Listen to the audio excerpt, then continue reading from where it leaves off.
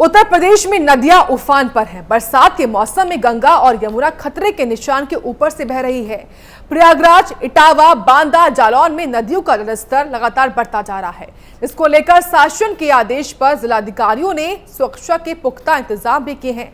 फिलहाल ये 4 तस्वीरें हम आपको दिखा रहे हैं, अलग अलग जिलों की हैं, जहां पर प्रयागराज, बांदा, इटावा और जालौन, ये 4 जिले अलग भले ही हैं, लेकिन जो तस्वीर है वो सामान्य है। और तस्वीरें ये कहती हैं कि बाढ़ का खतरा लगातार बढ़ता जा रहा है और भारी बारिश होने से नदियों का जो जलस्तर है वो भी लगातार बढ़ता जा रहा है। तो खतरे के निशान पर लगातार गंगा और यमुना बह रही हैं। प्रयागराज, बांदा, इटावा, जालौन में बाढ़ का खतरा भी लगातार मंडराया हुआ है। 4 तस्वीरें अलग अलग जिलों की हम आपको दिखा रहे हैं और ऐसा जो हाल है वो लगातार प्रदेश के अलग अलग जिलों में भी बना हुआ है। देखिए आप पहली तस्वीर, जहां प्रयागराज में हनुमान मंदिर में लेटे हुए हनुमान के ऊपर तक पानी भर चुका है और इसी तरह का हाल तमाम अलग अलग जिलों में भी बना हुआ है।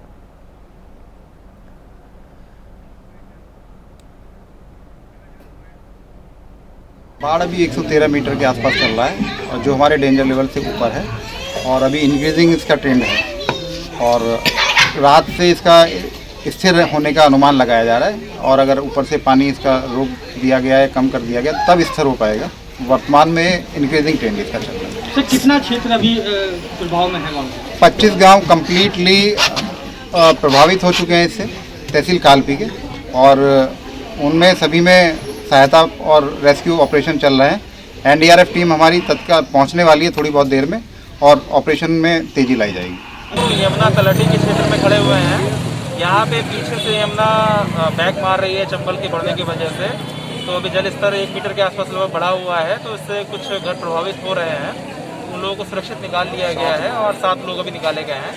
और इन लोगों को हम लोग ये प्रशासन की तरफ से ऑप्शन दे रहे हैं कि जो हमारा अस्थायी शेल्टर होम बना हुआ है, बाढ़ कैंप से बोलते हैं, सुंदरपुर का शेल्टर होम है, वहाँ पे हमारे पास काफ़ी लोगों के रुकने की व्यवस्था हम लोगों ने बना ली है।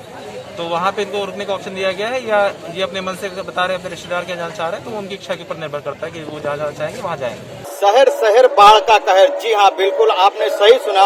तो प्रयागराज जिला भी इससे अछूता नहीं है, क्योंकि धवलपुर राजस्थान बैराज से 18 लाख क्यूसेक पानी छोड़े जाने के बाद प्रयागराज के गंगा और यमुना का जलस्तर जो है लगातार बढ़ता चला जा रहा है। आप देख सकते हैं, इधर कैमरामैन के माध्यम से मैं दिखाना चाहूंगा कि ये सारे एरिया जहां पर पूजा अर्चना की जा रही थी और संगम क्षेत्र काफी दूर था, तो आज का वो दिन है, यहाँ पर लगातार जलस्तर बढ़ता चला जा रहा है। और बम्बा ये जो संगम क्षेत्र है, बंधवा स्थित लेटे हुए बड़े हनुमान जी की ये मंदिर है। ये मान्यताएं है हिंदू धर्म की कि जब भी बाढ़ आती है तो जमुना मैया अपने जलों से लेटे हुए हनुमान जी का स्नान कराती हैं। तो ऐसे में आप देख सकते हैं कि यहाँ पर लेटे हुए हनुमान जी के मंदिर के अंदर पूरी तरीके से बाढ़ का पानी घुस चुका है और लेटे हुए हनुमान जी को जमुना मैया ने अपने जलों से जो है वो स्नान भी करा चुके हैं। तो ऐसे में जो बाढ़ का प्रभावित क्षेत्र है वो जिला प्रशासन पूरी तरीके से मुस्तैद भी दिख रहा है। हम बात करें अगर जलस्तर की, तो लगातार तेजी बढ़ने के कारण बिंदु 184.73 सेंटीमीटर करीब हो चुका है।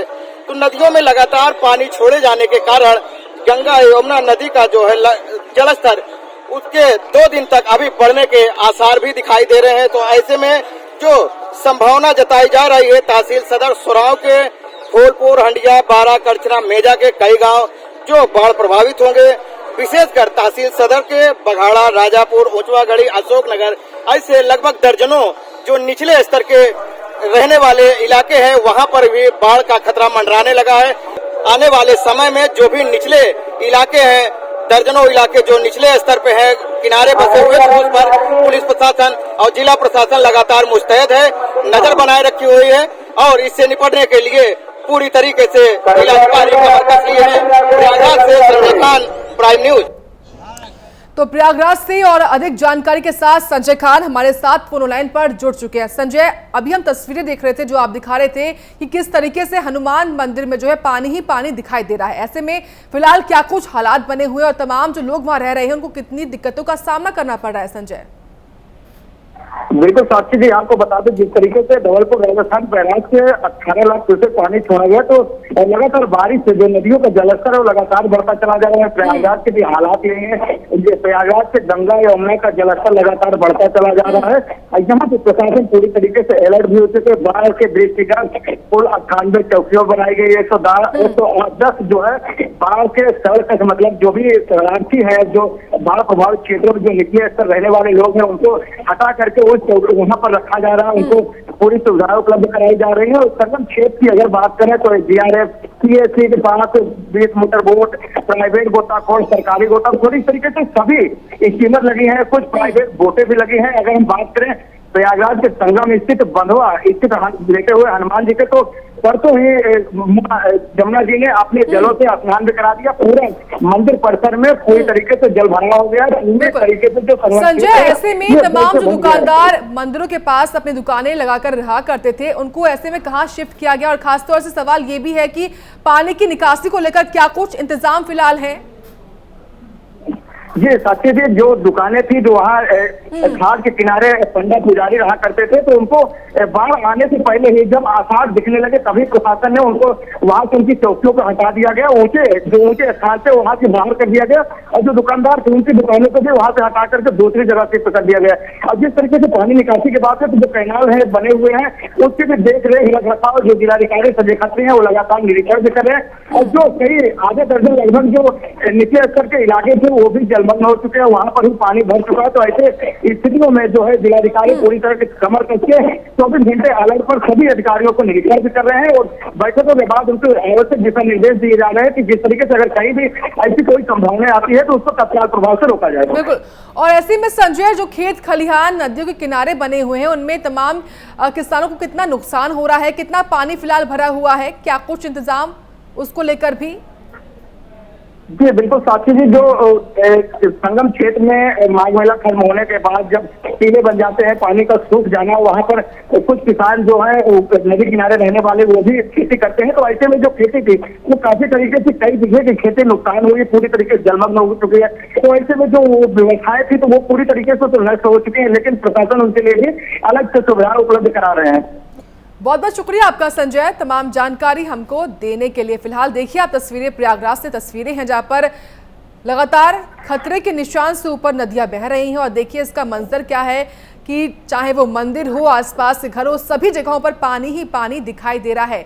और फिलहाल प्रशासन के लिए भी चुनौती बना हुआ है कि किस तरीके से इस पानी को बाहर निकाला जाए।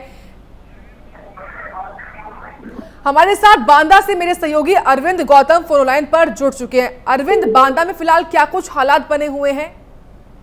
जी मैं आपको बता दूं कि अगर बांदा की बात किया जाए तो बांदा में लगातार जो है फिलहाल देखिए तस्वीरें हम आपको दिखा रहे हैं, बांदा की तस्वीरें हैं। देखिए जहां पर नदियों ये बाढ़ जो नदी जो बाढ़ जैसे हालात फिलहाल जुड़े हुए हैं। यमुना नदी ने जो है अपना रौद्र रूप दिखाना शुरू कर दिया है। यहाँ के जिला मजिस्ट्रेट आनंद कुमार सिंह ने जाकर के ग्रामीण इलाकों का दौरा करके बाढ़ चौकियों का निर्माण किया है और उन पर कर्मियों को कर दिया है। हालांकि चिल्ला पुल में बने यमुना पुल में जो है ये खतरे के निशान लगभग 1.5 मीटर ऊपर बह रही है। ठीक है अरविंद, तस्वीरें हम देख रहे हैं, बांदा की तस्वीरें हैं, नदियां उफान पर है, बाढ़ जैसे हालात। ऐसे में इसको लेकर प्रशासन कितना मुस्तैद है? कितनी टीमें SDRF और NDRF की फिलहाल तैनात की कर दी गई हैं? हालांकि अगर जिलाधिकारी आनंद कुमार की अभी NDRF की जरूरत नहीं है, सेना की जरूरत नहीं है, लेकिन जिस तरह की ये नदी बढ़ रही है इसे जो है 4 से 5 सेंटीमीटर बढ़ रही है, तो इससे आशंका जताई जा रही है कि 24 घंटे बाद अगर ये हालात कंट्रोल नहीं हुए तो जरूर जो है यहाँ के जिला मजिस्ट्रेट NDRF की और सेना की मदद ले सकते हैं। अभी मेरी जिला वार्तालाप हुई है तो के जरिए उन्होंने बताया है कि हालात अभी सामान्य है। 2 दर्जन गांवों का संपर्क मुख्यालय से जरूर किया है, लेकिन वहां चौकियां तैनात कर दी गई हैं ताकि किसी तरह की कोई परेशानी ना हो सके। अरविंद, जिस तरीके से आप बता रहे हैं कि तकरीबन 2 दर्जन से अधिक गांव है जिनका संपर्क टूट चुका है, ऐसे में उन गांव में कैसे हालात हैं, किन दिक्कतों का सामना सभी को करना पड़ रहा है? और खासतौर से ये बताइए कि कब तक ऐसे हालात फिलहाल बांदा में बने रह सकते हैं और कब तक? जी, ये पैलानी क्षेत्र अंतर्गत जसपुरा, नांदा और चिल्ला गांव से इस तरह के कई ऐसे गांव हैं जहां नाव लगा दिए गए हैं, अगर कहीं कोई समस्या होती है तो उसके लिए स्टीमर भी लगा हुआ है और प्रशासन पूरी तरह जो है मुस्तैद है बाढ़ को लेकर के। लेकिन सबसे बड़ी समस्या बांदा जनपद वासियों के लिए ये है कि वो अगर कहीं बरियारपुर बांध से भी पानी डिस्चार्ज किया गया तो केन भी अपना रौद्र रूप ले सकती है, जिससे बांदा चारों तरफ से बाढ़ के इलाके में घिर सकता है। लेकिन जिला मजिस्ट्रेट की मुस्तैदी के चलते ये पूरी तरह से व्यवस्था अभी सामान्य बताई जा रही है। लेकिन जिन गांवों का संपर्क मुख्यालय से टूट गया है उन पर नाव चला करके उन लोगों को मुख्यालय लाया जा रहा है। चलिए, बहुत बहुत शुक्रिया आपका अरविंद, तमाम जानकारी हमको देने के लिए। फिलहाल स्टीमर का सहयोग लिया जा रहा है और स्टीमर के माध्यम से सभी ग्रामीणों को जो है सुरक्षित जगह पर फिलहाल पहुंचाया भी जा रहा है। देखिए आप, मोटरसाइकिल, साइकिल सभी जो हैं इस बाढ़ की चपेट में आ रहे हैं और देखिए एक तरीके से बाढ़ ही इसको कहेंगे, किस तरीके से लगातार नदियां उफान पर हैं, सभी जगहों पर पानी ही पानी दिखाई भी दे रहा है। हमारे साथ जालौन से मेरे सहयोगी जुड़ चुके हैं। जितेंद्र, फिलहाल जालौन में कैसे हालात हैं, कितनी दिक्कतें वहां के सभी लोगों को फिलहाल आ रही हैं? हाँ बिल्कुल साक्षी, आपको बता दूं कि जालौन में लगातार जो है चारों तरफ पानी ही पानी नजर आ रहा है और यमुना का जो जलस्तर है वो लगातार बढ़ रहा है। साफ तौर पर जो खतरे का निशान है उससे ऊपर यमुना का जल बह रहा है और आसमानी आफत के बाद कहीं ना कहीं उफनती हुई नदियों की तबाही से अब जो है एनडीआरएफ और एसडीआरएफ की सेना ने पूरा मोर्चा संभाल लिया है और सेना के जवान जो है उन इलाकों में पहुंच गए हैं जो बाढ़ ग्रसित हैं। वहां पर जो भी लोग फंसे हुए हैं इन इलाकों में उनको निकाला जा रहा है और तमाम सेना के द्वारा प्रयास किए जा रहे हैं जिस तरीके से उन्हें कोई भी परेशानी ना हो सके।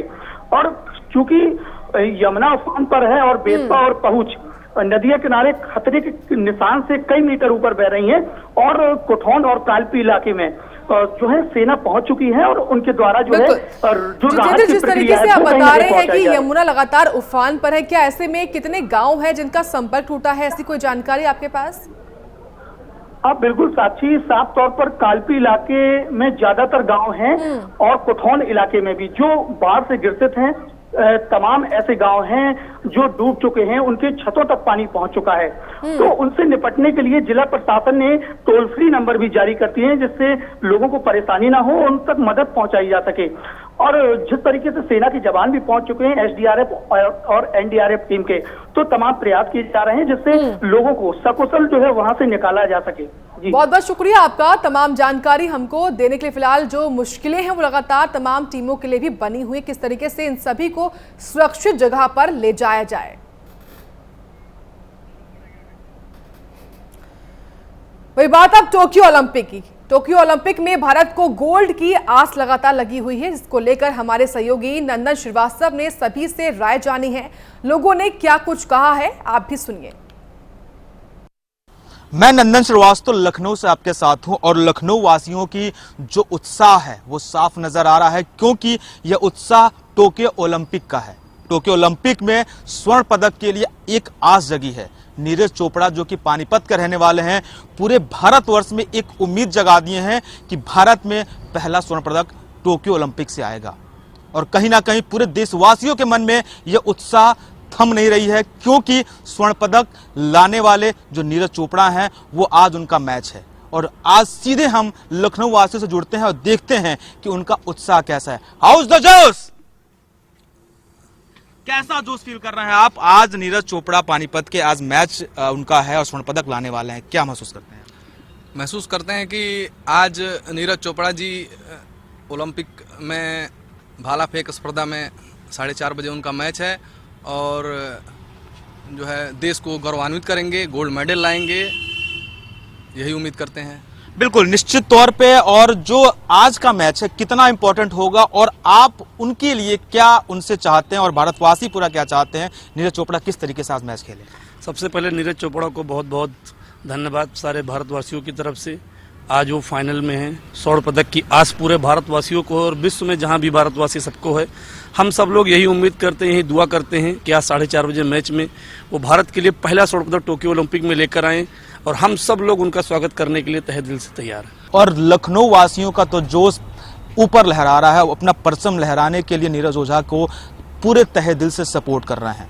कहीं ना कहीं ये जज्बा वो नजर आएगा शाम को 4:30 बजे के मैच में, जब नीरज चोपड़ा अपना पूरा प्रदर्शन करेंगे और भारत के लिए एक स्वर्ण पदक लेके आएंगे।